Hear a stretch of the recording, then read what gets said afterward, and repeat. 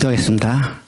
참으로 좋으신 하나님 아버지, 우리를 사랑하사 우리를 불러주시고 또 주의 말씀을 듣고 깨달을 수 있도록 하시고 주님과 하나가 돼서 참으로 주님을 더 아는 지식을 많이 쌓아가도록 하시고 그 삶 속에 하나님을 아는 지식을 닮아 주님 인도하는 대로 순종하며 나갈 수 있도록 우리를 이끌어 주시옵소서. 우리는 참으로 연약하고 부족한 자인 것을 주님께서 아시오니 주님 궁일의 손길을 멈추지 마시고 주님 계속해서 저희들에게 안수하여 주셔서 우리가 오직 주의 사랑 안에 살 수 있도록 인도하여 주시옵소서. 성경을 통해서 들려주신 하나님의 하신 일이 무엇인지를 분명히 깨닫게 하시었고 그 일들을 통해서 하나님의 은혜의 사랑을 더 깊이 알고 깨달아서 은혜와 사랑의 인도함을 받는 우리의 삶이 되도록 역사하여 주시옵소서.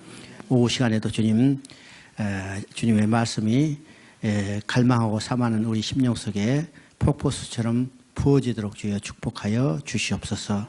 우리 주 예수 그리스도 이름으로 기도드리옵나이다. 아멘. 자, 아모스서입니다. 아모스는 이제 호세아서하고 동시대라고 했죠. 바로 그 시대에 여로보암 2세의 북이스라엘 향하여 예언했던 선지자가 아모스입니다. 그러니까 이제 두 사람이 동시대에 북이스라엘 향해서 예언했는데 그 관점이 다르다고 그랬습니다.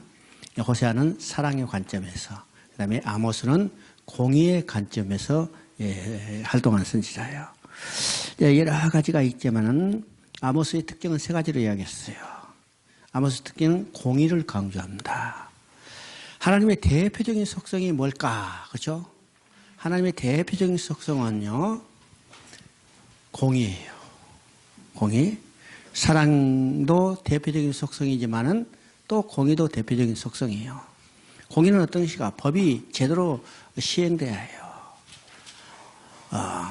죄는 제대로 처벌해야 해요. 이게 공의의 속성입니다. 그러면 하나님의 공의가 어디에 나타나냐면 우리가 인간이 죄를 범함으로 인간이 벌을 받아야 하는데 인간이 받아야 할 벌을 인간에게 향한 공의가 어디로 나타나냐면 자기 아들 그리스도에게 나타난 거예요. 이게 하나님의 공의예요. 만약 우리가 범한 죄를 처벌하지 않고 그대로 묵과하시고 지나쳤다면 하나님은 공의의 하나님이 될 수가 없죠.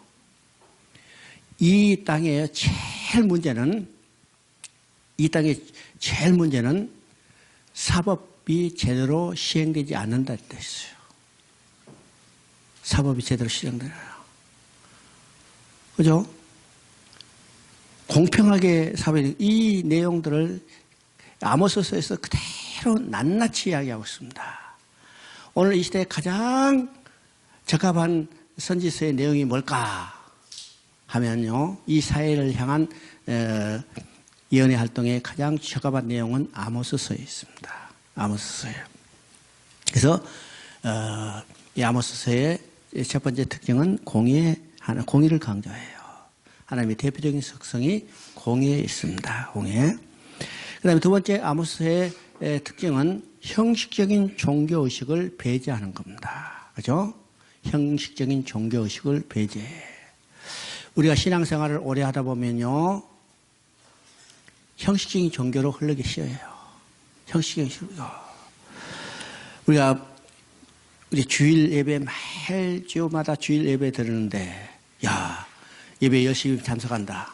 예배 열심히 참석한다. 이게 우리가 맹점이 있을 수 있다는 거예요. 정말로 하나님의 은혜 사랑을 깨닫고 그 은혜에 감사해서 하나님을 이렇게 경배하게 해서 우리가 예배에 참석하는가? 아니면 주일 안 지키면 벌 받을까 봐 형식적으로 참석하는가? 우리 스스로 생각해 봐야 해요. 우리가 1년에 52주 주일 예배에 참석하는데 그 중에 얼마나 진정한 마음을 가지고 예배에 참석하는가? 그렇죠? 오늘 신앙생활을 오래 하다 보면요, 형식적인 종교 형식에 빠지기 쉬워요. 이스라엘 백성도 이 형식적인 종교에 물들어 있었어요. 그 형식적인 종교가 하나님을 잘 공경하고 하나님께 올바른 태도인지를 그들은 착각하고 있었어요. 착각하고 있었죠. 바로 이 형식적인 종교의식을 배제하는 겁니다. 세 번째는 아모스의 가장 중요한 특징은 사회 정의에 대한 관심입니다. 사회 정의에 대한 관심. 그러면 여러분 보세요. 가난할 때보다 잘 살 때가 사회 정의가 더 실현되지 않은 거예요. 부패하고, 그죠? 부패하고 부한 자는 가난한 자를 오히려 착취하고 권력은 낮은 자들을 압제하고 이게 잘 살 때예요. 경제적으로 풍성하고 국가 흥성할 때 우리는 외적인 것만 보지만은 그 내면은 더욱더 타락해 가죠. 인간으로는요, 점점 시간이 지날수록 점점 더 심하게 썩어갈 뿐이에요. 썩어갈 뿐이에요.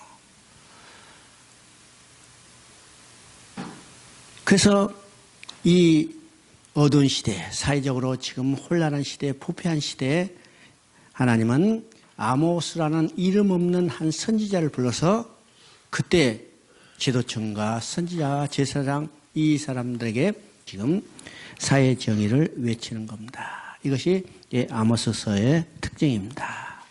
공의를 강조하고 형식적인 종교의식을 배성하고 사회 정의에 대한 관심, 이것이 아모스의 특징인데 지금 이 시대가 여로보암 이 시대라고 했죠. 여로보암 이 시대는 정치적으로 안정되고 물질적으로 풍요한 시대. 그렇기 때문에 반대로 영적으로 타락한 시대예요. 사치와 안일과 자기 만족에 빠져있는 시대예요. 여러 번 이야기지만 우리가 경제적으로 풍요해진다는 것은 기뻐할 일만이 아닙니다. 경제적으로 풍성해진다면 반드시 영적으로 반대로 하향 곡성을 이루어 가게 된다는 것을 봐요. 우리 성경을 통해서도 보고 실제로 우리 삶 속에서도 이제 그런 현상이 나타나죠. 현상이 나타나기 때문에 우리가 경제적으로 풍성하고 우리가 이제 좀 나아졌다 생각할 때 우리는 조심해야 해요. 조심해. 지금 여로보암 이 시대도 이스라엘, 북이스라엘에서 가장 안정되고 풍성한 때입니다. 그때는요, 외세의 침입이 없었어. 왜냐하면 애굽도 지금 쇠하게져 가고 아수르도 완전히 그 체제를 갖추기 전이에요. 전이니까 외적인 이 침략에 대한 경계도 두려운 것이 아니죠. 그 틈을 당해서 이제 경제적으로 풍성한 시대. 이때 사회 정의가 시행되지 못하고 빈익부, 부익부 현상이 극대화되어 가는 거예요. 또 가진 자는 못 가진 자를 수탈하는 겁니다. 수탈해요. 오늘 현상도 마찬가지죠. 여러분 가진 자들이 분배해요? 나눠줘요? 오히려 수탈하는 거예요.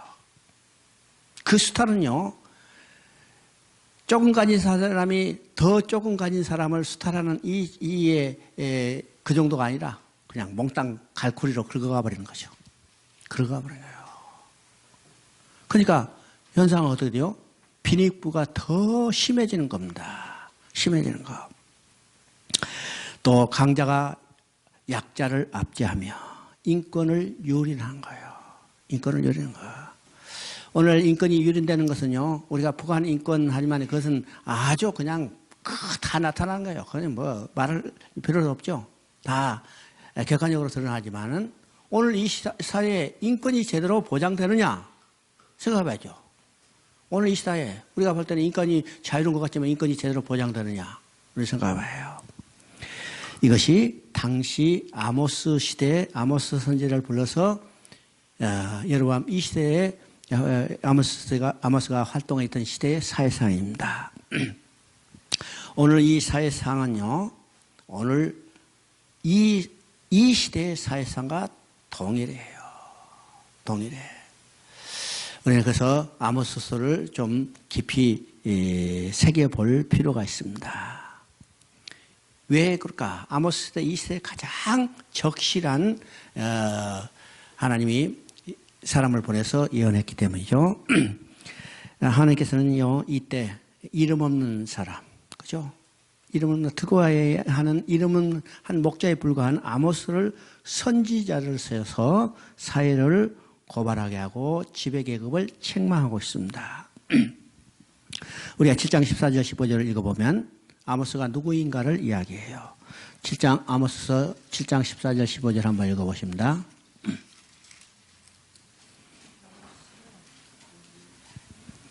아모스가 아마사에 대답하여 이르기를 나는 선지자가 아니며 선지자의 아들도 아니라 나는 목자요 뽕나무를 재배하는 자로서 양떼를 따를 때에 여호와께서 나를 데려다가 여호와께서 내게 이르시기를 가서 내 백성이 이스라엘에게 예언하라.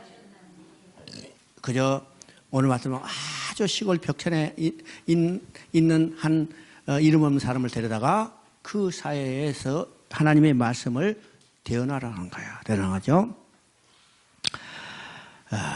그래서 우리가 이제 이 사람을 우리가 세례 요한같이 비교할 수 있죠. 그가 예언한 대상은 누구냐? 2장 6절에 보니까 불의한 재판관이요, 또 부자요, 권세자요, 사치개부요, 또 거짓 제사장, 거짓 선지자죠. 바로 그 시대에 대표적으로 지배 계급에 속하는 자들입니다. 그렇죠? 1장인가 2장은요, 유다 이스라엘을 포함한 주변 국가에 대한 심판을 묘사하고 3장부터 6장까지는 이스라엘에 대해 닥칠 심판을 세 가지 설교 형태로 이야기하고 있습니다. 그러니까 3장부터 6장은 이제 세 편의 설교가 있는데 그 설교의 내용은 어떠신가? 3장 1절부터 15절까지는 이스라엘이 선민이라는 특권을 이용해서 향락에 빠진 사실을 지적하고 있어요. 지적하고 있고요. 또 4장 1절부터 5절까지는 이스라엘 지도층의 이 가난한 자에 대한 압제와 그 수탈을 규탄하고 있어요. 세 번째 설교는 5장 1절부터 13절까지인데 이것은 애가 형식으로 나타나죠. 슬픔을 노래하는 그런 형식으로 나타나는데 하나님을 떠난 이스라엘의 비참함을 언급하고 그걸로 끝나는 게 아니라 그걸로 끝나면 선지서에 의미가 없죠. 하나님께서 다시 그들을 다시 돌아오게 할 것을 그들에게 언약하고 있다는 것이죠. 바로 이것이 이제 하나님의 사랑이죠. 돌아오게 하는 것. 이것이 이제 두 번째에서 세 가지 설교로 나오는데 또 아모스는 특별히요 5가지 환상을 통해서 하나님이 그들에게 보여주는 것이 무엇인가를 이야기를 하고 있습니다. 그리고 이제 9장부터 15장까지는 심판 후에 있을 회복을 5가지 약속을 통해서 그들에게 기록하고 있다는 사실입니다. 4장 6절부터 12절까지 한번 읽어보십니다. 예, 그 4장 6절부터 12절까지 읽어보기 전에 이스라엘 지도자들이 행한 악들이 무엇일까 한번 우리 살펴봐요.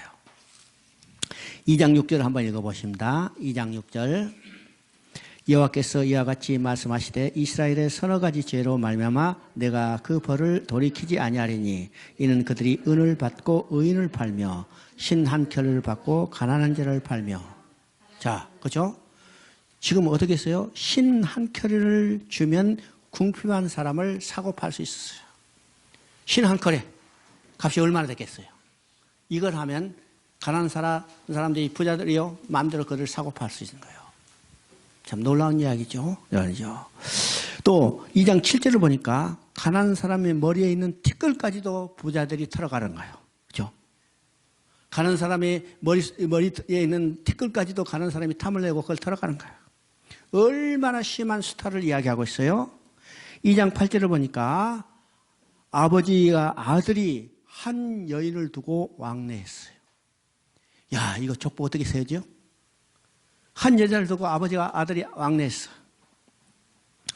또 2장 8절에 보니까 가난한 사람의 겉옷을 전당 잡고는 추위가 와도 돌려주지 않았어요. 내기 보면 어떻게 됐어요? 가난한 자의 옷을 전당 잡으면 해 지기 전에 돌려줘야 했어요. 돌려줘. 왜요? 가난한 자는 가난하니까 옷이 없잖아요. 그 옷을 얼마나 가난했으면 전당 잡혔겠어요? 전당을.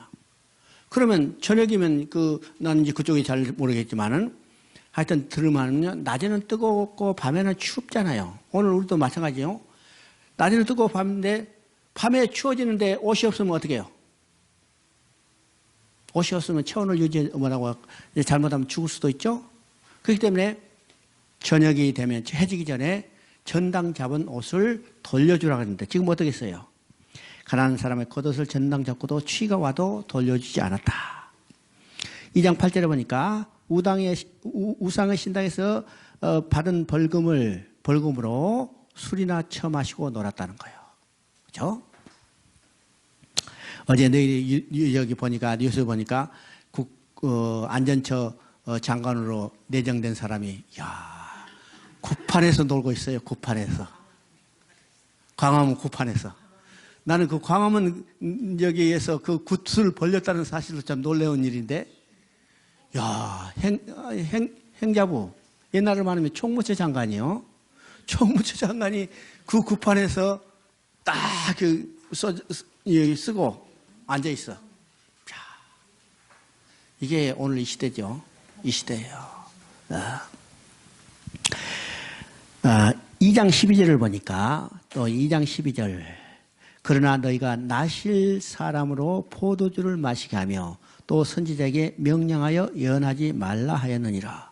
참 무서운 일이죠. 나실이는 하나님께 바쳐진 이에요. 그는 머리도 밀지 않고 포도주도 마시지 않은 자들이에요. 근데 안 마신다 그러니까 억지로 가다가 포도주 넣고 이게 어떻게 했겠어요? 왜 포도주를 마시게 했어요? 왜 술을 취하게 했겠어요? 그들의 조롱거리로 만들게 했어요. 그렇죠?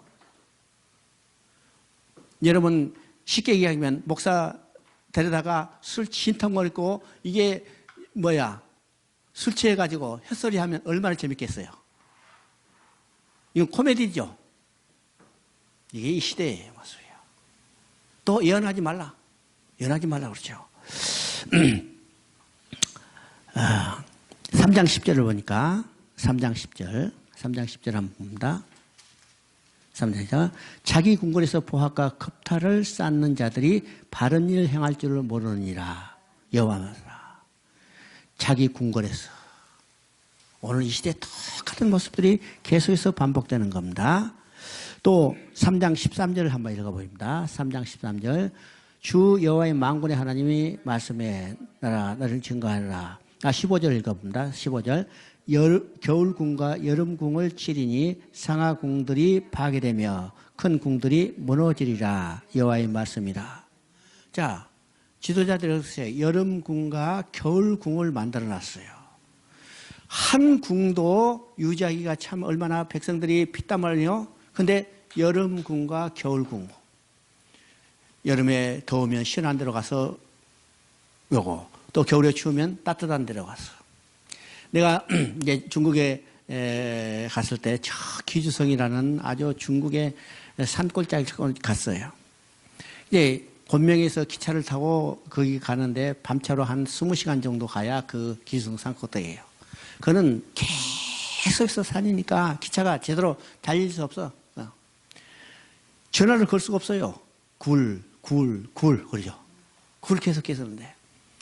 나는 이제 거기에 류판스라는 데 올라가는데, 거기서 해발로 한 1,500 정도 고지가 돼요. 산 중턱이니까 내가 여기에 이런 큰 도시가 있으라고 생각하지도 못했는데, 딱 거기에 들어가니까 그 도시가 굉장히 커요. 되게 커. 근데 거기에 이제 가장 유명한 것은 청나라 왕들이 썼던 겨울궁이에요. 겨울궁. 북경이 추우니까 거기 그 유판소라는 데 와가지고 이 겨울궁, 겨울을 지나는 거예요. 내가 생각해 봤어요. 거기서 북경서 류판수까지 올라오면요, 기차로도 28시간을 가요. 지금은 좀 빨라질지 몰라도 기차로도 28시간을 오는데, 그 당시 생각했어요. 기차가 있었겠는가? 비행기가 있었는가? 버스가 있겠는가?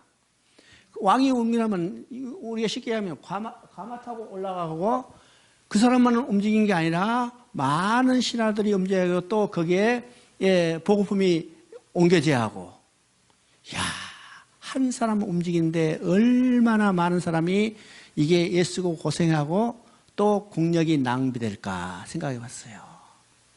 얘가 이러니까 나라 망할 수밖에 없구나 생각하죠? 바로 이겁니다. 오늘 이 시대에 지도층이 자기 한 사람을 위해서 호화로 살고 있는 거예요. 그래서 또 4장 4절을 보니까 백성들은 어떻게 했을까? 그죠? 거꾸로 3일마다 11조를 드린다고 하면서 요란스럽게 떠들어댔어요. 야, 이건 어느 때 모습이요? 예수님 오셨을 때 바리새인들의 모습이죠. 바리새인들의 모습이요. 11조 하는 거, 금식한 거, 이거 떠들어대는 거예요. 떠들어대는죠. 또 선지자들은 어떤 이야기인가? 흉한 날은 오지 않는다고 하면서 호언장담하여요. 이게 국력이 상승하는데 무슨 어려운 일이 오겠는가? 절대로 어려운 일 안 온다. 우리나라도 그런 일이 있었죠.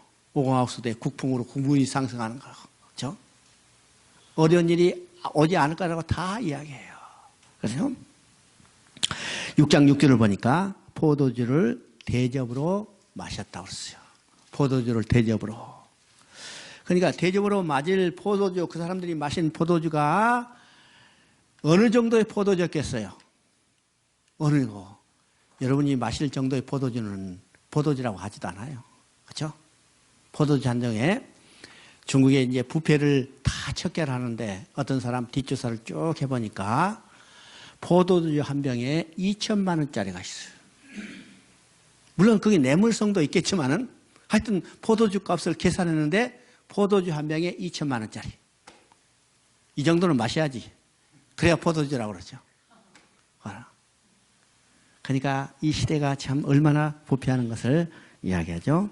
그래서 이제 하나님은 아모스 선지자를 동원해서 그들을 지금 책망하고 있는 겁니다. 책망하는 거죠. 4장 6절부터 12절까지를 한번 읽어보십니다. 4장 6절부터 12절. 또 내가 너희 모든 성읍에게 너희 일을 깨닫으면 너희 각 처소에서 양식이 떨어지게 하였으나 너희가 내게로 돌아오지 아니하였느니라. 여호와의 말씀이다. 또 주석이 석 달 전에 내가 너희에게 비를 멈추게 하여 어떤 성읍에는 내리고 어떤 성읍에는 내리지 않게 하였더니 땅 한 부분은 비를 얻고 한 부분은 비를 얻지 못하였으며 말았으며 두세 성읍이 사람이 어떤 성읍으로 비틀거며 물을 마시러 가서 만족하게 마시지 못하시나 너희가 내게로 돌아오지 아니하였느니라. 여호와의 말씀이다.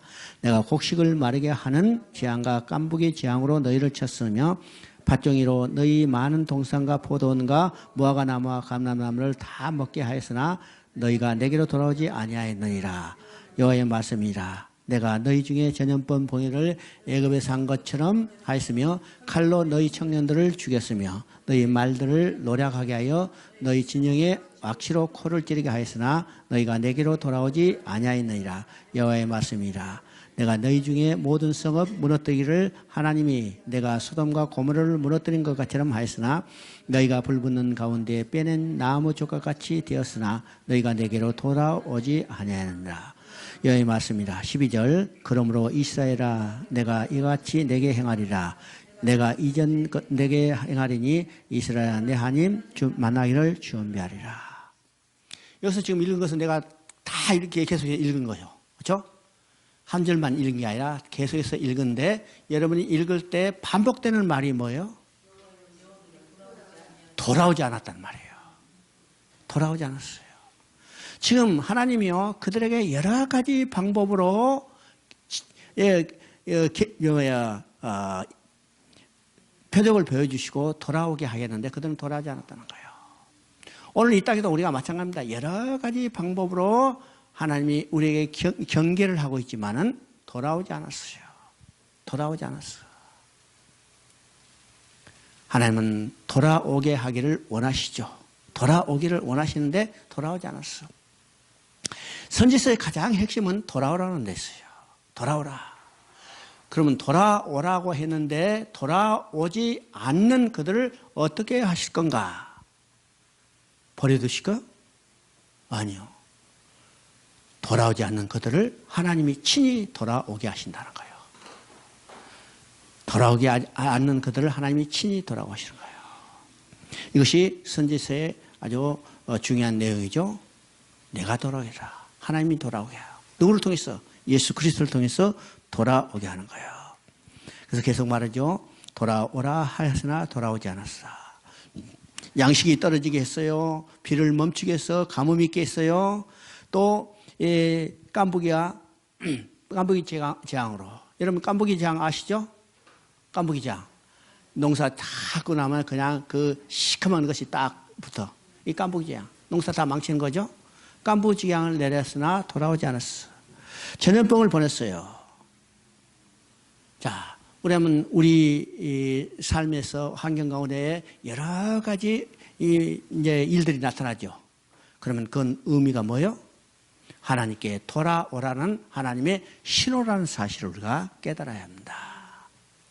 우리를 고난받게 하기 위해서 예먹게 하기 위한 목적이 아니라 그것을 통해서 하나님께 다시 돌아오게 하려는 하나님의 신호예요. 그러니까 어려움이 있다 하면 그 신호를 깨달아야죠.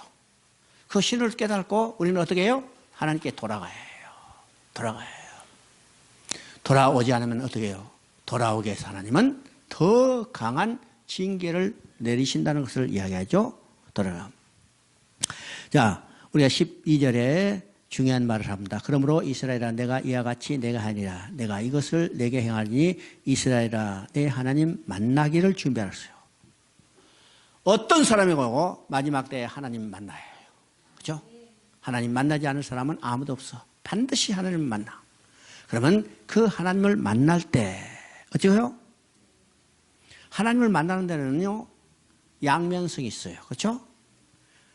어떤 사람은 멸망으로 가고 어떤 사람은 생명으로 나아가요.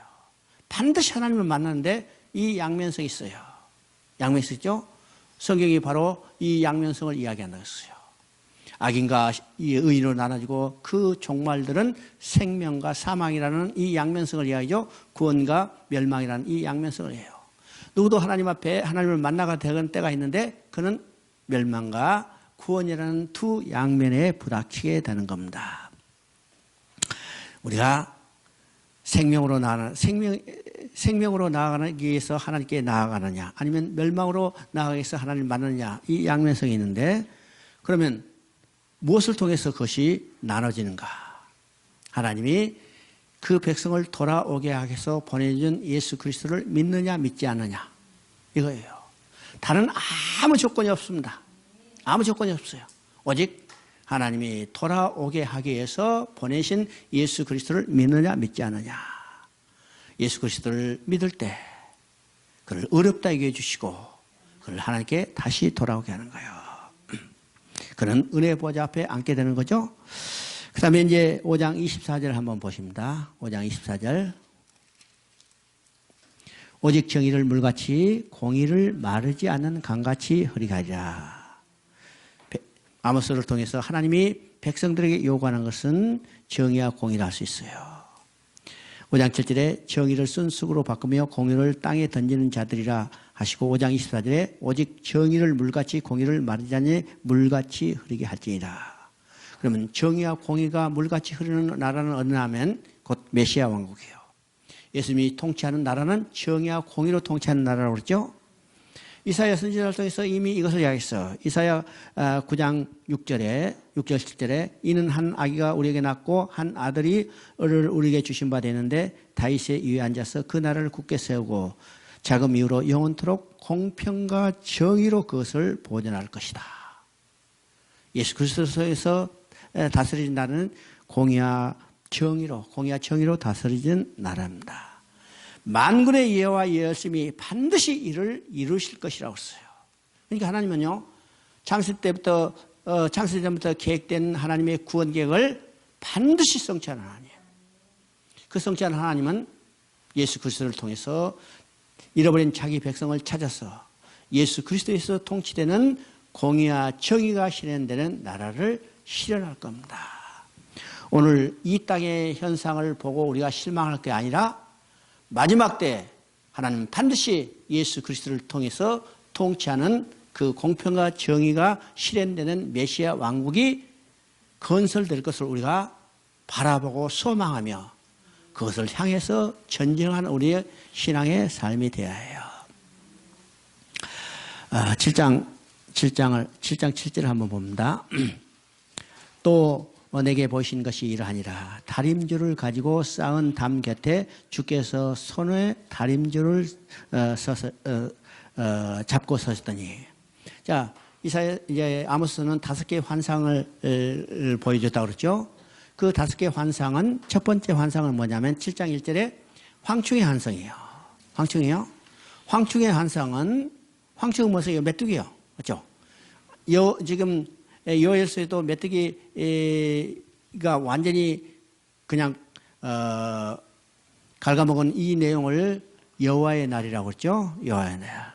바로 이 황충의 환상을 통해서 그 땅이 황폐될 것을 보여주는 겁니다. 두 번째는 7장 4절부터 6절까지 불의 환상을 보여줬어요. 그럼 불은 뭐냐면 전쟁을 이야기하는 겁니다. 전쟁. 세 번째 지금 우리가 읽은 것이 다림줄 환상이요. 그리고 이제 네 번째 환상은 여름실과죠. 여름실과. 그럼 여름실과는 어떤 것이에요? 여름실과는 보면요, 커요. 그죠? 수박도 크고, 얘도 크고, 참외도 크고, 커요. 근데 여름실과는 대부분이 저장하기 힘들어요. 쉽게 변질되고 썩어버리는 거예요. 썩어버리는 거죠? 그러면 여름실과의 환상을 보여주는 것은 풍성함 속에 드러난 영적 기갈에 대한 환상입니다. 영적 기갈이죠. 그리고 5번째 환상은 성전이 완전히 파괴되는 환상을 보여주고 있어요. 그러면 이 세 번째 다림줄 환상을 통해서 보여주는 것이 무엇일까? 우리가 다림줄은 어떤 것인가? 우리가 이제 담 쌓을 때 이 다림줄 치죠. 이 담이 올바로 수직으로 되어 있는가 쳐다보는 거예요. 예, 살펴보는 것이 다림줄입니다. 이 다림줄은 줄과 추가 있는데 다림줄을 띄우고 아주 반듯하게 쌓지 않으면 기울어지는가를 보는 거죠. 주께서 다림줄을 잡고 서 있다고 그랬어요. 이 말은 이미 이 담이 기울어지기 시작했다는 것을 보여주는 거죠. 반듯하면 다림줄을 볼 필요 없죠. 근데 뭔가 이상해. 좀 기울어진 것 같아. 그래서 얼마 기울어졌는가 다림줄을 쳐보는 거예요. 지금 기울어지기 시작했다는 거예요. 기울어지게. 다림줄은 뭘 의미해요? 똑바로 서 있는가를 보여주기 때문에 다림줄이 상징하는 것은 공의를 이야기해요. 공의. 우리가 정의가 바로 세워진다 그렇죠? 바로 세워진다. 이건 다림줄의 의미예요. 그러니까 다림줄을 가지고 볼 때는 이미 기울어지기 시작한 것을 보고 얼마나 기울어졌는가 하는 것을 체크해 보는 거예요. 하나님은 우리의 죄를 인간의 죄를 용서했을 때 한계가 있어요. 한계가 있죠? 한계가요. 하나님은 오래 참으셔요. 오래 참으신데 그 한계가 지어나가면 어떻게 해요? 공의로 심판하시는 거예요. 바로 다림줄을 통해서 보여줍니다. 다림줄을 통해서 볼 때 인간 누구도 바로 서지 못해 하나님 앞에 설 수 없어요. 그렇죠? 다림줄. 그런데 그걸로 끝이라면 문제가 생기죠. 그래서 하나님은 인간의 한계로서는 얘는 인간의 행동으로서는 한계가 있지만 하나님은 그들을 다시 돌아오기 위해서 이 다림줄을 쳐서 기울어진 그들을 바로 세우기 위해서 누구를 보내냐면 중재자를 보내시는 거예요. 중재자를. 그럼 그 중재자는 누군가? 바로 구약에도 여러 중재자들이 있어요. 모세도 중재자라고 할 수 있고 모세도 이제 중보자라고 그러죠. 엘리야도 중재자지만은 그 사람으로서는 그들을 다 바로 이렇게 세우지 못했죠. 왜일까? 그들은 그림자로 보여준 예표로 보여준 사람이기 때문에 그들은 이걸 성공하지 못했어요. 그러나 오직 한 사람 누구 있어요? 우리 주 예수 그리스도만이 이 바르게 세울 수 있다는 거예요. 그래서 그 다음에 우리가 읽어보면 여호와께서 내게 이르시되 아모스야 내가 무엇을 보느냐 내가 대답하되 다림줄이니이다. 주께서 이르시되 내가 다림줄을 내 백성 이스라엘 가운데 두고 다시는 용서하지 아니하리니 이삭의 산당들이 항폐되며 이스라엘의 성소들이 파괴될 것이라. 내가 일어나 칼로 여로보암의 집을 치리라. 다림줄을 쳐보니까 이제는 도저히 가망이 없어. 그래서 그건 멸망받을 수밖에 없죠. 그런데 하나님은 그걸로 끝내지 아니하시고 그들을 다시 세우시고 돌아오게 하시는 거예요. 그럼 다시 세우시고 돌아오게 하는 것은 누구를 통해서 할 것인가? 바로 그의 아들 예수 그리스도를 통해서 돌아오게 하시는 겁니다. 자, 9장 11절 15절을 보면 9장을 한번 보십니다. 9장 11절 그날에 내가 다윗의 무너진 장막을 일으키며 그것들을 틈을 막이며 그 허물어진 것을 일으켜 예측같이 세우고 그렇습니다. 여기서 이제 다시 회복을 약속하죠. 회복을 약속하기 때문에 그날에 내가 다윗의 무너진 장막을 일으키고, 그러면 언젠가 하나는 정한 날이 있다는 거예요. 정한 날이 있죠. 정한 날에 다윗의 장막, 무너진 장막을 일으키고, 그죠? 무너진 장막. 그래서 9장 11절부터 15절까지 회복을 약속해 주는데 5가지로 회복을 약속해 주죠. 자, 첫 번째는 다윗의 왕가의 재건입니다. 다윗의 무너진 장막을 세우고, 또 12절 보니까 만국을 기업으로 얻게 하실 약속입니다. 12절에 그들이 에돔의 남은 자와 내 이름을 일컫는 만국을 기업으로 얻게 하리라. 만국을 기업으로 얻게 하실 약속이에요. 이것은 언제 주셨던 축복이었어요? 창세 때 하나님이 자기 형상대로 주고 생육하고 번성하고 충만하라, 정복하고 다스리라. 그렇죠? 이게 하나님이 인간에게 주시던 기업이에요. 그런데 인간이 범죄하고 사단의 노예로 전락되자 하나님이 주셨던 이 만국을 다스리는 기업, 이 왕적 권세를 빼앗겼어요. 다시 돌아가기 위해서 어떻게 해요? 만국을 얻게 하실 것이다. 또 13절에 보니까 물질적인 풍성한 물질적인 축복을 약속하죠. 13절 여호와의 말씀이라 보라 날이 이를지라 그때 파종한 자가 곡식 추수하는 자의 뒤를 이으며 포도를 밟으면 자가 씨를 뿌리는 자의 뒤를 이으며 산들은 단 포도주를 흘리며 작은 산들은 녹으리라. 이거는요, 풍성한 물질적인 축복을 약속하는 겁니다. 약속하죠. 그러면 이 풍성한 물질적인 축복은 언제 누렸던 삶이요? 이 물질적인 풍성한 삶은 언제 누렸던 삶이요?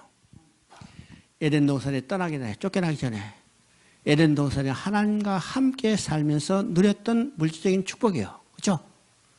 에덴 동산에서는 부족함이 있었어요? 없었어요? 에덴 동산은 부족함이 없었어. 누가 모든 것을 공급해 줬어요? 하나님이 우리의 모든 필요를 다 공급해 줬어요. 그런데 범죄하고 하나님을 떠나자 하나님의 공급은 중단되고 인간 스스로 이 모든 것을 채워야 해요. 오늘 이 땅에서 우리가 새벽부터 밤늦게까지 땀 흘리며 수고하는 모든 것은 바로 이 물질적인 부족함을 채우기 위해서요. 물질적인 부족함을 위해서요. 그러나 인간 누구도요, 아무리 애쓰고 노력한다 해도 만족감이 있어요? 없어요. 그러면 이 만족감을 누가 채워줬을까? 하나님께 다시 들어가요. 이 회복의 약속입니다. 하나님께 다시 돌아갈 때만이 인간은 자기 필요를 만족하게 채울 수 있는 거예요. 잘 수 있죠? 네 번째 약속은 포로에서 귀환을 약속하고 있어요. 14절에 보니까 내가 내 백성 이스라엘이 사로잡힌 것을 돌이키니 그들이 황폐한 성읍을 건축하며 거주하며 포도원을 갖고 그 포도주를 마시며 과원들을 만들고 그 열매를 먹이라. 여기서 내 백성이 이스라엘이 사로잡힌 것을 돌이키니, 그렇죠? 이건 포로에서 돌아오겠다는 거예요. 이 포로에서 돌아온 이스라엘 백성이 바벨론 포로로 끌려가서 돌아오는 것을 통해서 뭘 계시하냐면 사단의 노예로도 전락된 인간들이 다시 사단의 노예로부터 해방돼서 돌아오는 것을 예표하고 있어요. 그렇죠? 그래서 포로의 귀환을 약속하고 있죠. 그럼 구약에서 여기 선지서에서 계속 이 귀환을 약속하는 것은 바벨론 포로에서 귀환을 1차적이지만은 그 1차적인 것에 가려서 보이지 않는 뒷부분이 있다고 그랬죠. 그것은 사단의 노예로 있던 인간이 돌아오게 하는 거예요. 또 다섯 번째 약속은 왕국이 영원히 보존된 약속이라고 씁니다. 그렇죠? 15절을 보니까 내가 그들의 땅에서 심으리니 그들이 내가 준 땅에서 다시 뽑히지 아니하리라. 내 하나님 여호와의 말씀이라. 바로 왕국의 영원한 보존을 약속하고 있습니다.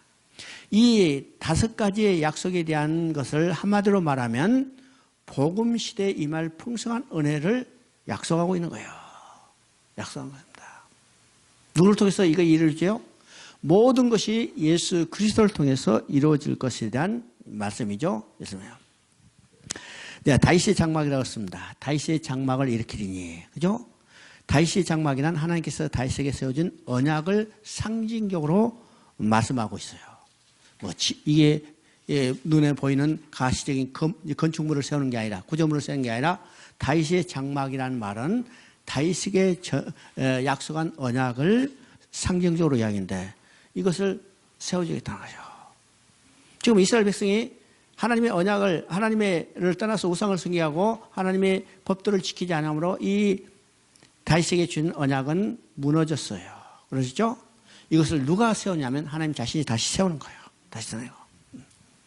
바로 이스라엘 백성이 포로로 끌려간 것은 다윗에게 준 언약이 무너진 것 같은 게 맞은 거예요. 이것을 하나님께서 다시 돌아오기서 세우시겠다는 거예요. 무너진 장막을 일으키고 이는 선지자들과 성경에 일관된 약속인 것을 우리가 보게 됩니다. 그러면 다윗의 장막은 누가 무너뜨리게 했을까? 그렇죠? 다윗의 장막은 곧 사단이 그들의 배후에 조장해서 무너뜨리게 한 거예요. 다윗의 장막이 이제 무너뜨린 것은 이스라엘이 바벨론 멸망돼서 포로로 끌려갈 때 무너진 것뿐만 아니라 그 이전에도 아담이 무너졌고 또 여러 우리가 시대에서 이 다윗의 장막이 무너진 것을 보게 되고, 그러면 다윗의 장막이 무너졌을 때 무너진 그대로 버려둔 게 아니라 하나님은 그때마다 회복을 시켜왔어요. 회복을 시켰어요. 아담이 범죄했을 때 하나님은 새로운 약속을 주셨죠? 회복을 약속했어요.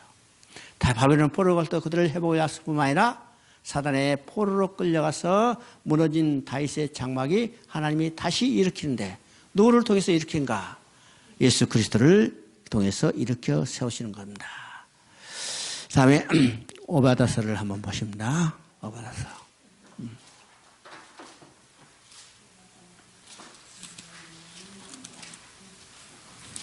오바다는 아주 이제 성경에서 한 장에 불과해요. 성경에 이제 한 장에 불과한 책이 세 개가 있죠. 요한 2서, 요한 3서, 유다서, 그 다음에 빌레몬서 있고, 그 다음에 오바다서가 있습니다. 구약에서는 이제 오바다서 하나만 한 장이에요. 그러면 오바다서는 무엇에 대한 경계인가? 곧 에돔에 대한 경계입니다. 에돔. 오바다서는 이 기록된 때가 오바다 선지자에 대해서, 오바다 선지자가 누군가에 대해서 지금 뭐 확실히 밝혀지지 않았어요. 근데 하나님은 오바다 선지자를 불러서 이제 예언을 하죠. 그러면 오바다 선지자가 지금 오바다서를 기록한 때는 유다가 멸망할 때, 그렇죠? 유다가 멸망할 때 BC 586년경이라고 그래요. 바로 남유다가 바벨론의 느부갓네살에 의해서 멸망하던 때 그 성이 불타고 성전이 해파된 이 시대를 배경으로서 하나님은 오바다 선지자를 불러서 예언하게 한 거예요. 오바다서는요, 에돔에 가해질 심판에 대해서 예언하고 있습니다. 에돔. 그러면 에돔이 어떤 나라인가? 이 단 한 장으로 예언했지만 오직 에돔에 대해서 예언을 하고 있어요. 1장 1절부터 16절까지는 에돔의 선조인 에서와 이스라엘 선조인 야곱과의 관계를 설명하고 있어요. 그래서 남유다가 멸망해 갈 때 에돔이 취했던 행동이 무엇인가를 이야기하죠. 그리고 1장 17절부터 21절까지는 멸망했던 이스라엘이, 유다가 회복을 예언함으로 이스라엘에 대한 하나님의 신실하심을 드러내고 있습니다. 드러냈어요. 그러면 에돔의 족속이 어떤 것인가를 우리가 생각해 봅니다. 우리 이제 에돔과 야곱의 관계를 먼저 생각해요. 야곱과 에돔의 여기 에서의 관계, 그렇죠? 에돔이는요, 에서의 별명이에요. 털 사람 검은 털, 붉은 털 해서 이제 별명이 에돔이기 때문에 에돔 족속이라고 그래요.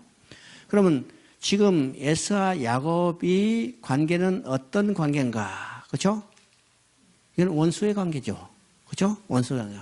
언제부터 시작됐냐면 태어나기 전부터 시작됐어요. 그렇죠?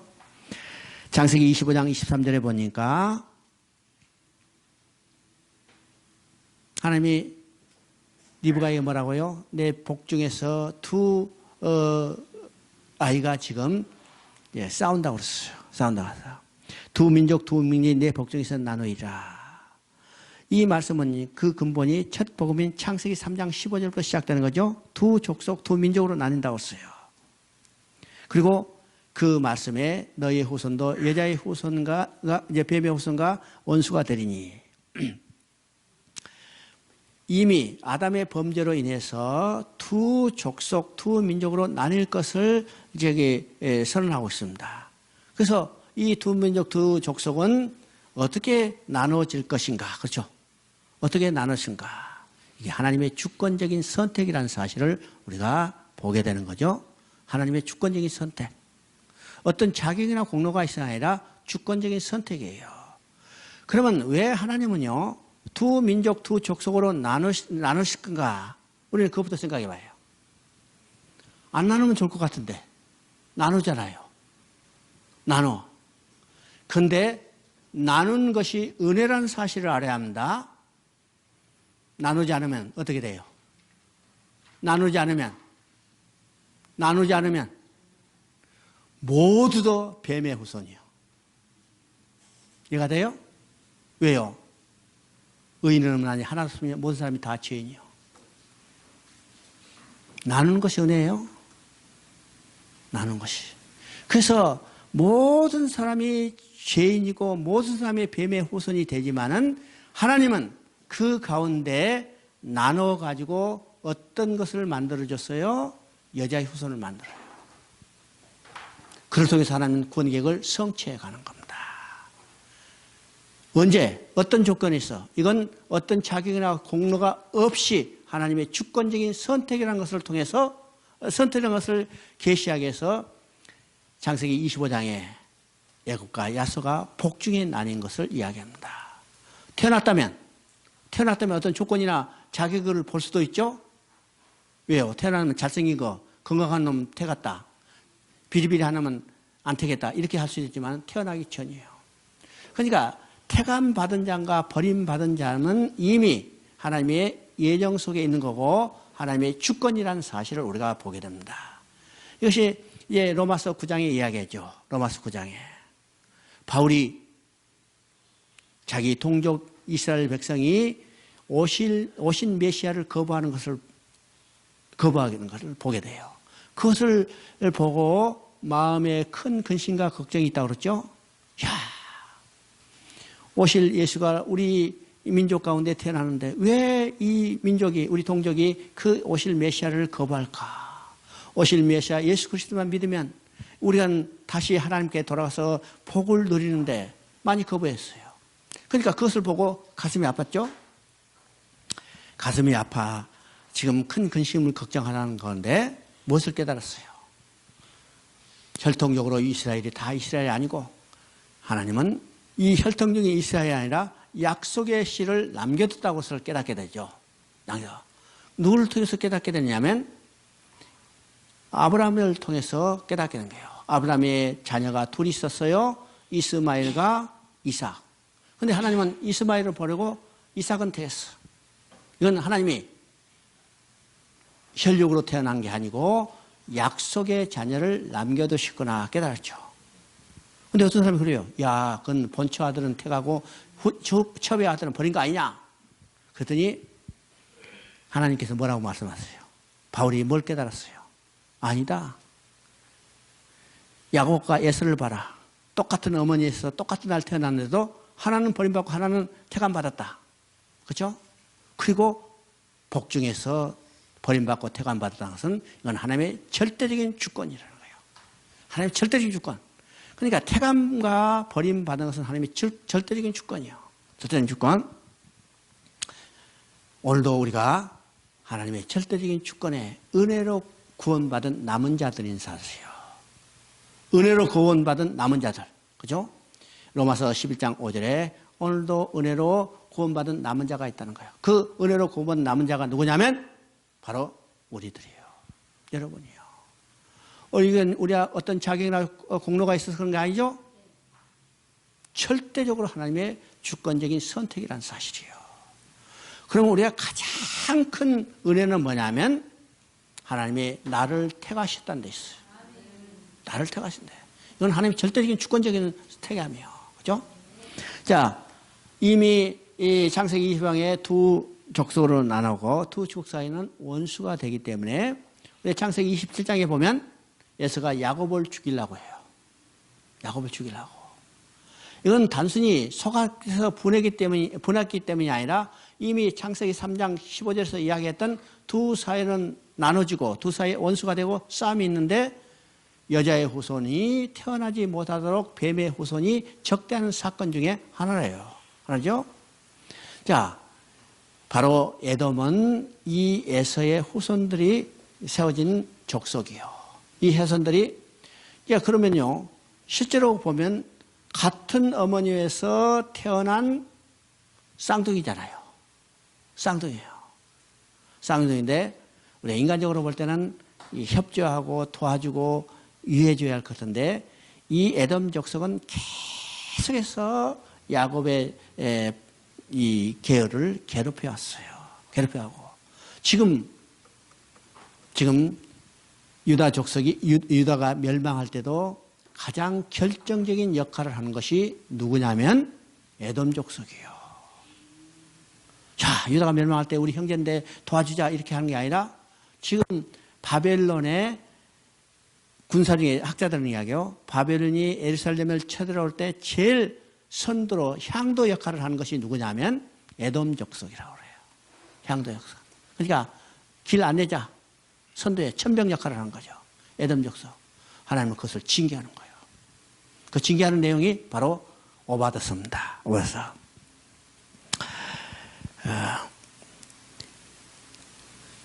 1장 3절을 한번 읽어보십니다. 1장 3절. 너의 마음이 교만이 너를 속였도다. 바이템에 거주하며 높은 곳에 사는 자여, 내가 마음에 이르기를 누가 능히 나를 땅에 이끌어 내겠느냐. 지금 에돔 족속의 가장 하나님이 여기 경계하시는 그들의 교만입니다. 얼마나 그들이 교만했는가, 그죠? 지금 유다가 멸망했어. 그들은 바벨론의 앞잡이로서 일을 했기 때문에 그들은 어떤 경우에도 자기들이 잘 살 것이라고 생각하고 교만했어요. 10절에 보니까 내가 내 형제 야곱에게 행한 포악으로 말미암아 부끄러움을 당하고 영원히 멸절되리라. 결과적으로 하나님의 징계가 뭐요? 그들은 영원히 멸절되리라고 지금 하죠. 지금 오늘날요, 에돔 족속은 완전히 없어졌어요. 에돔 족속은 완전히 없었어. 하나님이 그들에게 경고한 대로, 예언한 대로 완전히 없었어요. 반대로 유다는 어떻게 했어요? 그들이 포로로 끌려갔지만은 다시 회복되는 것을 보게 되죠. 회복되는 겁니다. 자, 15절 한번 봅니다. 15절. 여호와께서 만국을 벌할 날이 가까워하나니 내가 행한 대로 너도 받을 것인즉 내가 행한 것이 내 머리로 돌아갈 것이다. 여호와의 만국의 벌할 날이 가까이니 에돔의 심판이 시작된 계시가 지금 만국의 심판으로 확대되고 있습니다. 바로 만국의 심판으로 확대되는 것은 육계에 속한 사람들, 영적으로 에돔 족속의 불의에 속한 자들은 심판을 받을 것에 대해서 경계하고 있어요. 17절 보니까 17절을 한번 읽어봅니다. 17절. 오직 시온산에 피할 자가 있으리니 그 산이 거룩할 것이요 야곱 족속은 자기 기업을 누릴 거라. 여기서 이제 시온산을 이야기하죠. 시온산에 피할 자가 있으니 그 시온산에 피할 자는 누구냐면 야곱 족속인데 그 야곱 족속은 자기 기업을 누릴 것이라고 합니다. 21절을 봅니다. 21절에 구원받은 자들이 시온산에 올라와 에서의 산을 심판하리니 나라가 여호와께 속하리라. 여기에 지금 두 부류가 나눠져 있는데 그들이 도달하는 자리가 다르죠? 두 다르다니요. 한쪽은 시온산이고 한쪽은 에서의 산이요. 그렇죠? 한쪽은 시온산이고 한쪽은 에서의 산. 그러면 시온산에 도달하는 자는 누구냐면 오늘 신약적으로 이야기하면 예수를 믿고 어린 양을 따라간 자들이에요. 그렇죠? 어린 양을 따라간 자. 계시록 14장에 보면 시온산에 14만 4천이 있는데 어린 양이 어디로 가든지 따라갑니다. 그 시온산이에요. 시온산은 우리가 이제 눈에 보이는 가시적인 산을 이제 개념으로 해서 하나님의 보좌가 어디가 있는가 하는 것을 보여주는데 바로 시온산의 개념이에요. 시온산에. 그러면 시온산은 하나님의 보좌가 있는데요. 14만 4천이 시온산에 있는데 하나님 보좌 있는 데 있죠? 어떤 사람인가? 어린 양이 어디로 가든지 따라가는 자. 어린 양은 누구요? 예수 그리스도예요.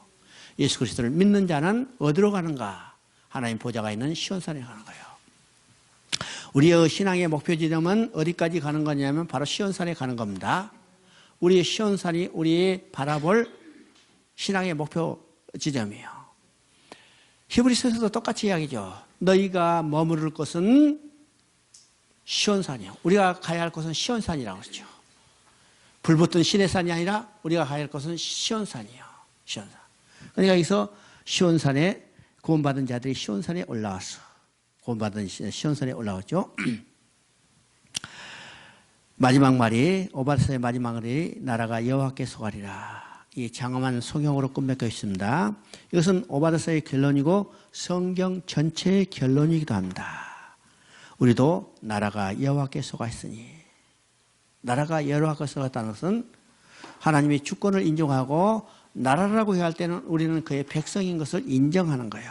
왜냐하면요, 모든 주권은 여호와께 돌려주고 우리는 그 백성으로서 하나님의 통치를 받으며 사는 것이 우리의 신앙생활이죠. 그래서 나라는 여호와께 속하인다. 여기서 더 붙일 것은 나라가 여호와께 속하였나이다. 나도 그 나라에 속하였고 나도 여호와께 속하였느니라. 이 고백이 있어야 해요. 그렇죠? 나도 여호와께 속해 있어요. 내가 여호와를 이용한 게 아니라 나도 여호와께 속해 있어요. 여호와의 통치를 받으며 여호와의 명령에 순종하며 사는 것이 우리의 신앙생활입니다. 생활이죠. 그 다음에 요나서를 봅니다. 요나서 이제 우리가 요나 이야기 많이 듣죠? 요나서는 불순종의 대표적인 인물로 이야기해요. 그죠? 이게 찬송가에도 요나같이 이제 불순종한 뭐 이게 나오죠? 요나. 어떤 특정 지어서 딱 이야기하기는 참 곤란하죠. 요나가 불순종의 대표적인 인물인가? 그죠? 요나가 불순종의 대표적인 인물인가? 요나가 왜 불순종했을까 하면 요나를 통해서 하나님은 계시해 주고자 원하는 바가 있었다는 사실을 우리가 보게 되는 거예요. 요나의 불순종을 통해서 더 큰 것, 중요한 것을 계시해 주죠. 그래서 불순종의 대표적인 인물. 우리 이제 또 불신의 사람 불신의 사람 하면 누구예요? 도마. 이것도 찬송가에 나오더라고. 믿지 마라. 요나 불순종. 누가 불순종이에요? 다 우리 요나같이 불순종한 사람이야. 누가 못 믿어요? 도마가 못 믿는 게 아니라 우리가 못 믿는 거지. 그러면 이 도마가 믿지 못한 이 의미가 무엇인가를 생각해야죠. 왜 예수님이 믿지 못한 도마에게 못이 박히던 손가락을 보여주고 창에 찔린 허리를 보여주고 내 손가락을 손에 넣어봐라. 이렇게 했을까? 그죠? 만약 도마가 믿었다면 그렇게 할 필요가 없죠. 더 그렇죠. 인간이 연약하기 때문에 그 확실한 사건을 통해서 완전히 믿게 해주는 거예요. 완전히 믿게 해줘. 믿겠죠? 왜일까? 지금 신약에 지금 예수님이 성령이 오셔서 교회가 세워져야죠. 교회는 어떤 기초에 세워져야 해요? 에베소서 2장 보니까 사도들과 선지자의 터 위에 서야 된다고 했어요. 사도들과 선지자의 터 위에 서진다. 그러면 교회의 터가 될 자들은 12사도예요. 그죠? 교회의 터가 될 자들은 12사도인데 그 12사도 중에서 혹시 믿지 못한 사람이, 불신한 사람이 있다면 그 터는 절대로 경고가 될 수 없죠. 경고될 수 없어. 그래서 예수님은 교회를 세우기 전에, 성경에 임해서 교회가 서기 전에 그 교회의 터가 될 12사도에게 완전한 믿음을 주시기 위한 목적이요. 완전히 주신 목적. 요나가 지금 불순종하도 이것을 통해서 하나님이 계시한 바가 무엇인가를 우리는 깨달아야 합니다. 그러니까요, 이 요나가 활동한 시대도 이제 시대적으로 보면요, 여로보암 2세, 북이스라엘 여로보암 2세대가 이제 통치할 때 하나님은 요나를 불러서 이방 나라 아수르에 있는 수도를 향해서 외치라고 이야기하고 있습니다. 왜일까? 지금 아수르는 정치적으로 지금 안정되어 갈 거예요. 그래서 지금 중동 지방의 패권을 장악하는 그 단계겠죠.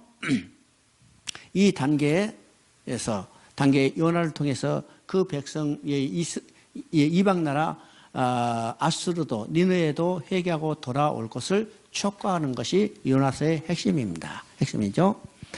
요나서는 요나를 통한 이방 국가의 아수르 수도 니느웨가 구원 얻게 되는 사건을 기록하고 있어요. 그래서 이 1장, 2장에서는 하나님의 소명을 거부한 요나가 회개를 통해서 물속이 뱃속에서 다시 생존하게 되는 과정에 이어서 3장, 4장에서는 최초 하나님의 소명을 받은 요나가 니느웨의 회개를 선포함으로 니느웨가 구원받게 되는 과정을 이야기합니다.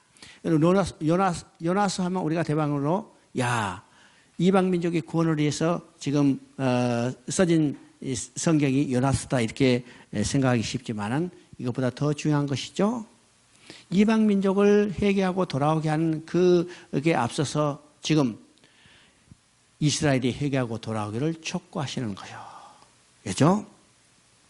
요나서의 이야기는요, 1차적으로 여호와 하나님께서 하나님의 주권을 지금 이야기하는 겁니다.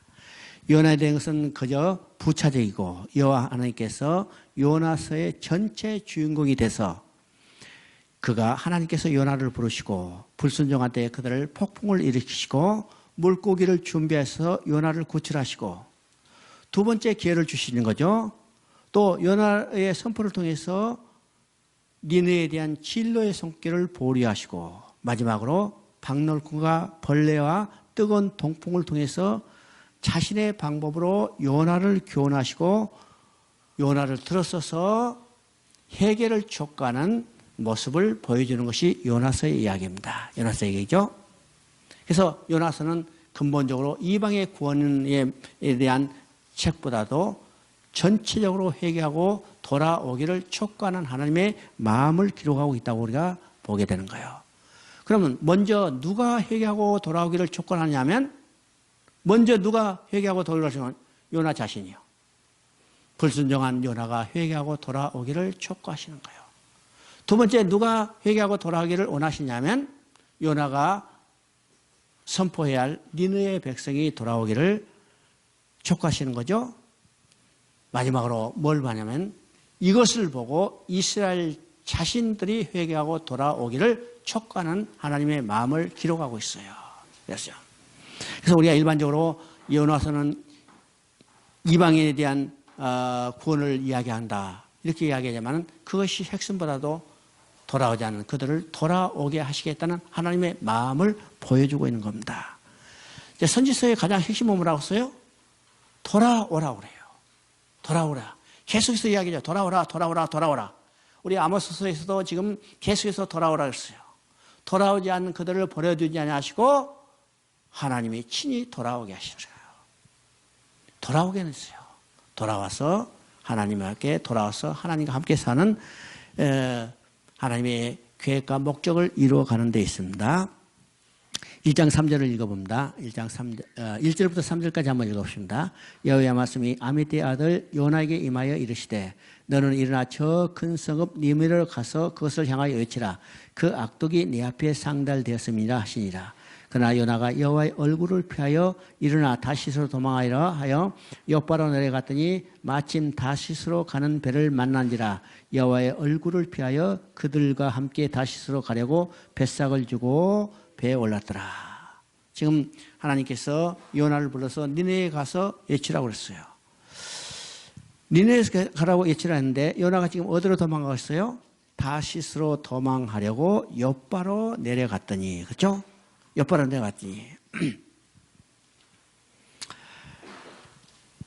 우리가 이제 생각할 때 지금 요나가 하나님이 니네에 가서 외치라 했다. 아, 나 안 가겠어. 내가 다시스로 갔다. 그때 마치 뭐가 있어요?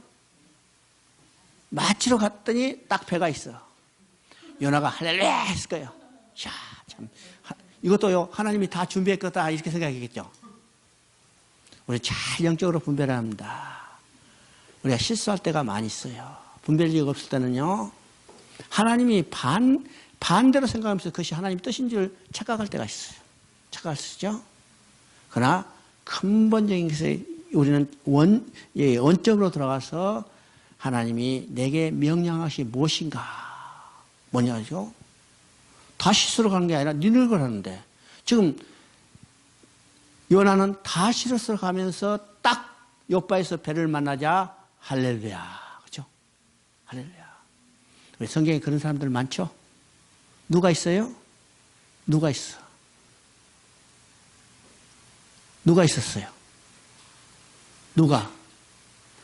사라가 그런 사람 중에 하나예요. 그렇죠? 사라가 그런 사람 중에 하나야. 모르겠어요? 사라가 그런 사람 중에 하나.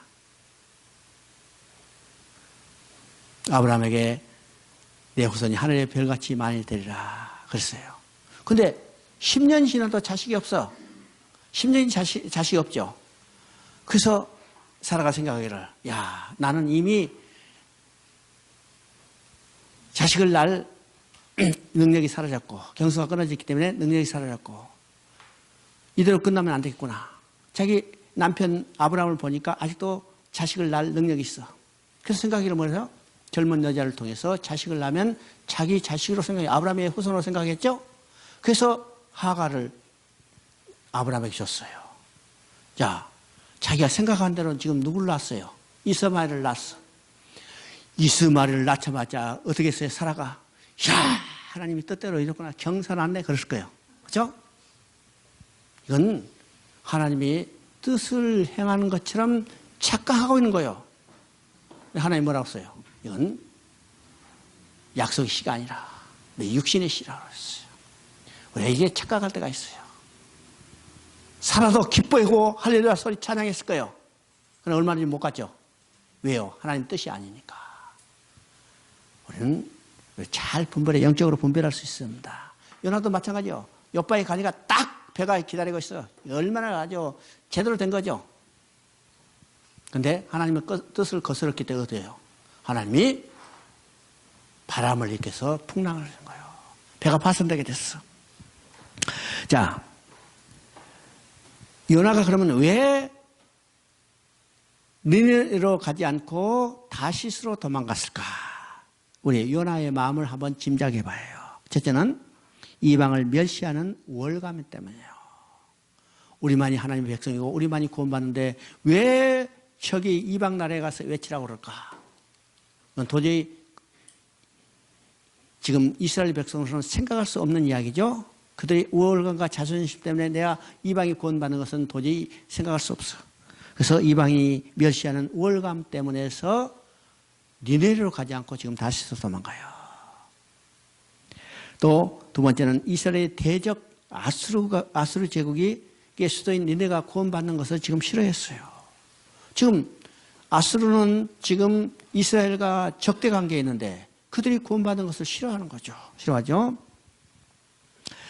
그들이 멸망받기를 원하고 있는데 지금 하나님이 그들을 거기 가서 구원을 예치하니까 당연히 유다 백성은 싫어하기 때문에 바로 요나도 그것이 싫어서 니느웨로 가지 않고 다시로 가고 있습니다. 그렇죠.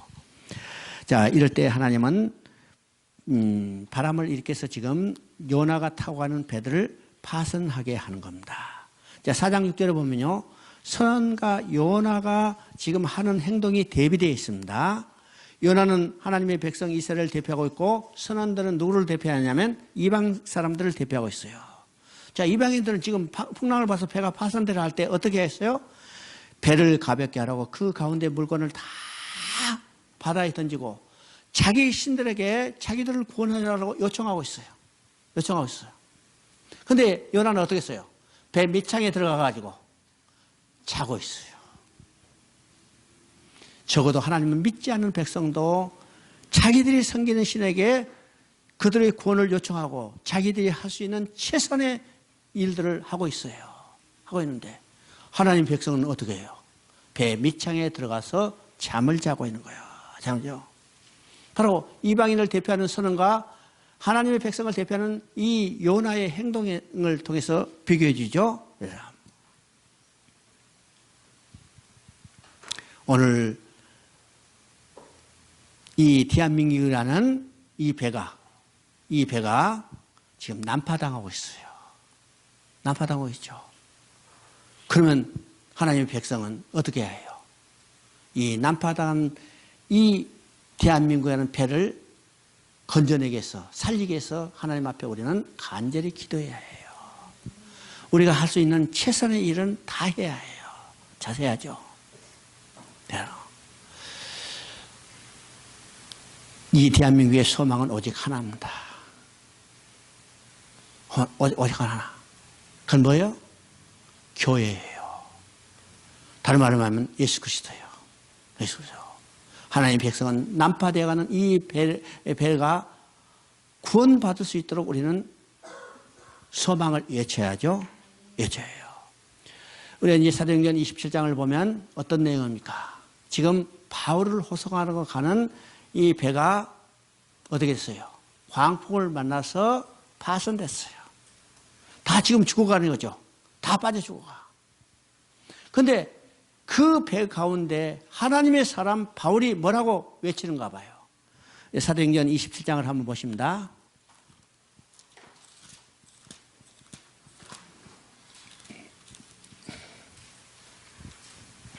사도행전 27장 22절부터 26절 한번 봅니다. 사도행전 27장 22절 20부터 26절까지. 내가 너희를 권하노니 이제는 안심하라. 너희 중 아무도 생명에는 아무런 손상이 없고 오직 배뿐이니라. 내가 속한 바 곧 내가 섬기는 하나님이 사자가 어젯밤에 내 곁에 서서 말하되 바울아 두려워하지 말라. 내가 가이사 앞에 서야 하겠고 또 하나님께서 너와 함께 항해하는 자들을 다 내게 주셨다 하셨으니 그러므로 여러분이여 안심하라. 나는 내게 말씀하신 그대로 되리라. 하나님을 믿노라. 그런즉 우리가 반드시 한 섬에 걸리리라 하시라. 지금 배가 파손돼서 지금 폭풍 가운데 파손됐기 때문에 다 죽을 수밖에 없죠. 이 상황에서 하나님의 사람 바울은 그들에게 소망을 외치고 있다는 사실이에요. 그렇죠? 내가 너에게 권하니 이제는 안심하라. 지금 물에 빠져 죽겠는데 그들에게 향해서 안심하라고 그래요. 그렇죠? 너희 중에 아무도 생명에는 아무런 손상이 없고 오직 배뿐이라. 25절을 보니까 그러므로 여러분이 안심하라. 나는 내게 말씀하신 그대로 되리라 하고 하나님을 믿노라. 26절에 보니까 그런즉 우리가 반드시 한 섬에 걸리리라 하더라. 그러면 이 대한민국이라는 난파선이 걸릴 지점은 뭐냐면 교회라는 한 섬이에요. 교회라는 한 섬. 이것만이 난파에 가는 이 대한민국을 건질 수 있는 한 섬이라는, 그걸 안전하게 지키는 섬이라는 거죠. 오늘 우리가 그 섬으로서 이 난파에 가서 지금 지금 가라앉으려고 하는 이 배를 걸리게 하는 유일한 섬이 되는가 우리가 생각해 봐야 합니다. 생각해요. 오늘 우리는요, 바울처럼 난파에 가는 이 나라를 위해서 외쳐야 해요. 외쳐야 해요. 모든 사람이 다 절망 가운데 있어요. 다 죽게 됐다고 생각해요. 죽을 수밖에 없다고 생각하는데 아니다. 우리는 하나님이 계셔. 우리 생명에 지장이 없다. 이 사실을 선포할 수 있는 그리스도인들이 돼야죠. 그래요. 지금 요나는 하나님의 백성인데 밑창에서 낮잠을 자고 있어요. 참 배짱 좋아. 그렇죠? 배짱 좋아. 어제 TV에 보니까 어떤 사람이 와가지고 검찰에 가가지고 히닥거리고 웃고 있어요. 놀라운 사실은 지금까지 검찰에 불려가가지고 조사받다가 자살한 사람이 90명이라는 거예요. 90명. 최근에도 롯데 어떤 관계자가 자살했죠? 정몽원이라는 현대그룹 총수도 자살했어요. 검찰이 조사받다가. 지금 난파에 가는데 그게 아주 결정적으로 불을 붙였던 한 사람도 검찰에 가는데 이 사람은 웃고 있어. 오늘 이 소망이 어떤 것인가? 오직 그리스도인이요. 그리스도인이요. 검찰도 아닙니다. 검찰도 아니요. 정치인도 아니에요. 오직 우리가 이 난파에 가는 나라의 소망을 외쳐야 합니다. 외쳐야죠. 자, 10절에 보니까 사공들이 이 요나에게 뭐라고 이야기하는 거 보십시다. 내가 어찌하여 이렇게 행하느냐. 어찌하여 우리는 지금 우리를 구해달라고 우리가 믿는 신들에게 지금 간절히 구하고 있고 모든 행동을 다 하는데 너는 어찌하여 지금 배 밑장에 처박혀서 낮잠을 자고 있느냐. 내가 어찌하여. 그죠? 내가 어찌하여. 내가 어찌하여 이 말은요. 인류 시대에 아담이 범죄했을 때 하나님이 물어본 말이에요. 내가 어디 있느냐. 내가 무슨 짓을 했는지를 깨닫고 회개하고 돌아오는 거죠. 내가 어찌하여. 오늘 우리들에게 하시는 말씀입니다. 이 나라가 어찌하여, 네가 어찌했기 때문에 이 나라가 이렇게 지금 난파선 형국이 되느냐 물어보는 말과 같습니다. 자, 2장에는요 요나의 기도가 나옵니다. 여러분, 이 요나의 기도는 바로 예수 그리스도에 의해서 예수 그리스도가 당할 모든 일을 그대로 지금 기도하는 내용과 같습니다. 맞죠? 요나서 2장 6절을 한번 읽어보십니다. 자, 한번 크게 읽어보세요.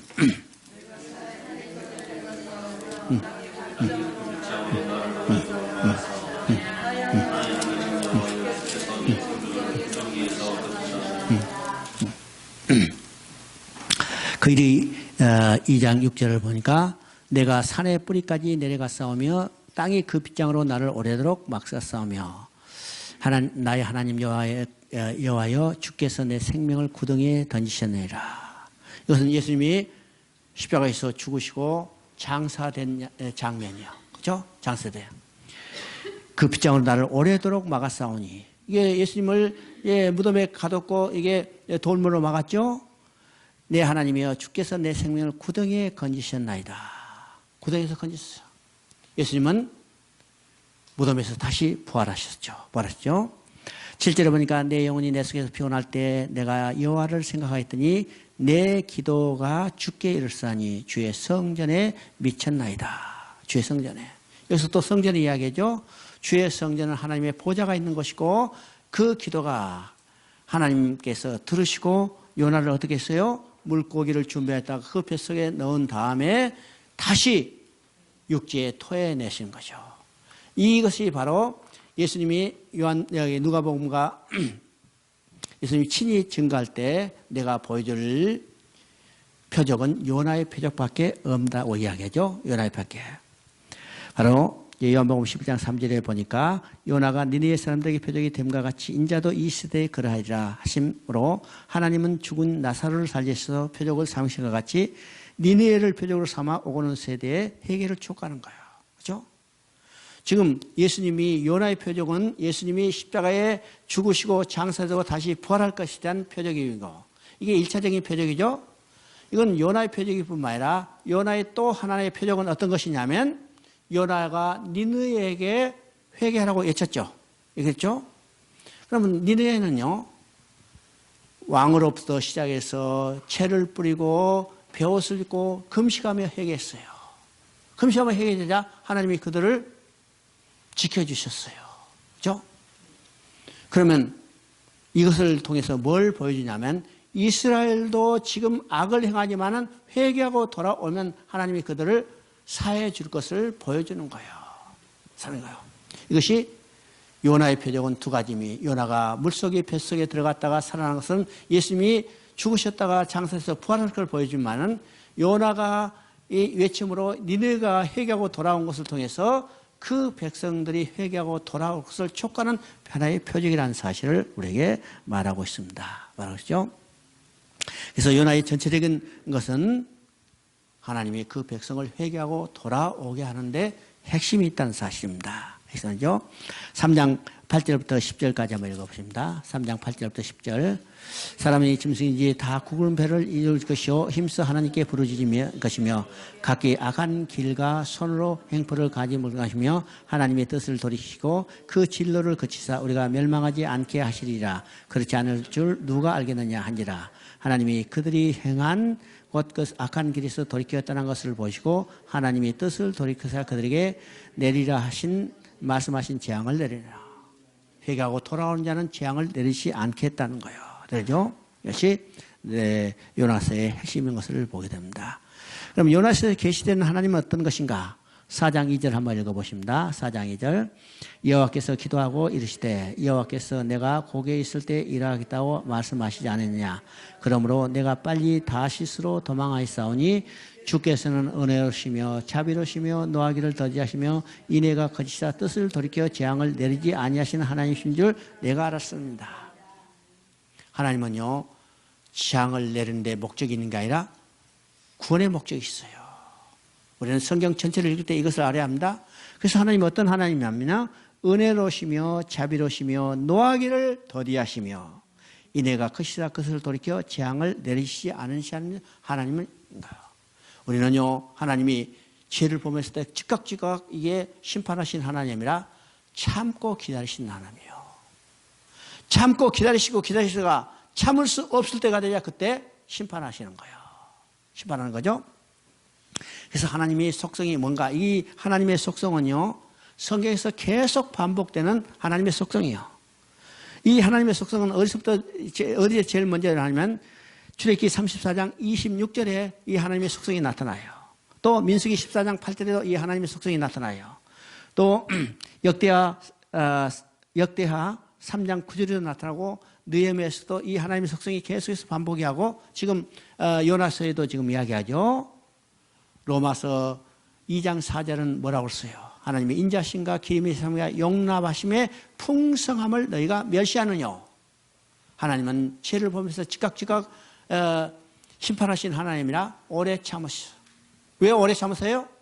회개하고 돌아오기를 기다리시는 하나님. 심판의 목적이 아니라 회개하고 돌아오는데 하나님이 마음이 있어요. 여러분요, 우리가 자식들이 잘못해도 자식이 회개하고 돌아오기면 언제라도 용서해주고 회개하고 돌아올 때까지 참는 거죠. 참아요. 참다 안 되면 그때 한 대 두들겨 패는 거죠. 이것이 하나님의 마음이에요. 자, 잠시 쉬었다 싶다.